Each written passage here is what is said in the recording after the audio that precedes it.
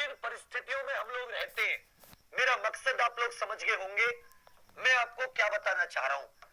एग्जामपुर के बच्चों का तो मुझे एक एक अंदाजा है, मुझे बाकी चैनल्स के बच्चों का तो पता नहीं है, लेकिन मुझे आपका अंदाजा बिल्कुल है कि आप में से 80 नहीं 95% एकदम बिल्कुल ही गरीब परिवारों से आते, और वो गरीब पैसों की बात नहीं कर रहा मैं, वो पैसों से गरीब हो सकते हैं, लेकिन सपनों से वो लोग बहुत अमीर हैं, और सपनों को पूरा करने की हिम्मत भी इनसे ज्यादा किसी में नहीं होती। इन्हीं परिवारों से, इन्हीं 95% परिवारों से बाबा साहब निकलते, जिनकी जब भी संविधान की चर्चा हो, जब भी जीवन में कुछ कर गुजरने की चर्चा हो, हमेशा नाम आदर सम्मान से लिया जाता है।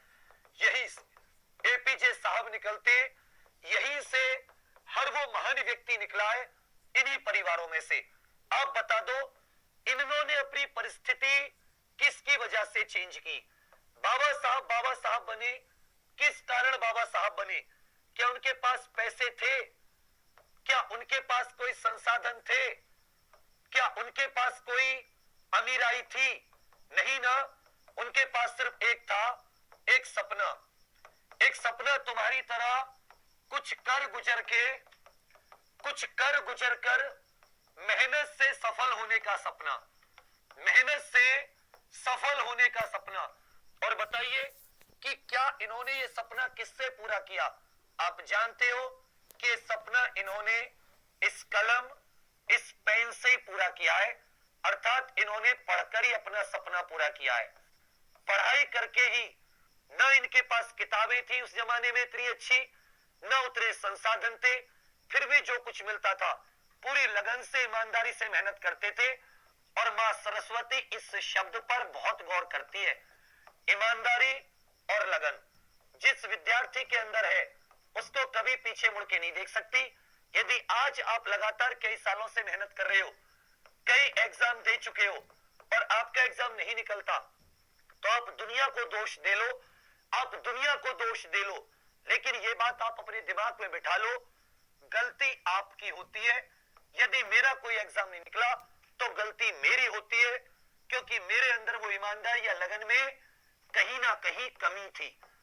और यदि वो कहीं ना कहीं कमी मैंने ढूंढ ली, तो इन्हीं के आशीर्वाद से, इनके नक्शे कदम पर चलने से कोई नहीं रोक सकता। तो इस बात को अपने दिल में, दिमाग में, अपनी आत्मा में बसा लो। सिर्फ पढ़ाई करके आप अपनी परिस्थिति को बदल सकते हो, अपनी उन हालातों को बदल सकते हो जिन हालातों से ना आपका कोई रिश्तेदार आपको आज मदद करता है, ना आपका कोई यार दोस्त वो सम्मान देता है, किसी की सरकारी जॉब लग जाती है, कहीं भी वो कामयाब हो जाते हैं, आपको नीची हीन नजरों से देखते हैं। आपको अपना अधिकार वापस पाना है, आपको अपना सम्मान वापस पाना है। और याद रखिएगा, उन 80,000 में से 12% जो सही आंसर कर रहे थे, उनमें से एक आप भी हो। अपने बाजुओं पर, अपनी पोटेंशियल पर, अपनी अंदर की शक्ति पर विश्वास करें अर्जुन, अपनी शक्ति पर विश्वास कर। पढ़ते हुए मृत्यु नहीं होती किसी की, पढ़ते हुए किसी को बुखार, खांसी, जुकाम नहीं आते। आपने एपीजे साहब का शरीर देखा था, कितने पतले थे, लेकिन फिर भी अपनी पूरी उम्र करके लेक्चर देते हुए उनका देहांत हुआ, स्वर्गवास हुआ। तो आप कैसे कह सकते हो कि यदि आप कमजोर हो गए, खाना कम खाया, आप पढ़ रहे हो, तो आपकी आंखों का रोशनी जा सकती है, कुछ हो सकता है? कभी नहीं हो सकता। आप बस ईमानदारी से पढ़ना। ईमानदारी मतलब जैसा आपको आपके टीचर बताते हैं वैसा पढ़ो, कंटेंट तैयार करो, और फिर उसका रिवीजन करो जितना हो सकता है, बिना सवाल के।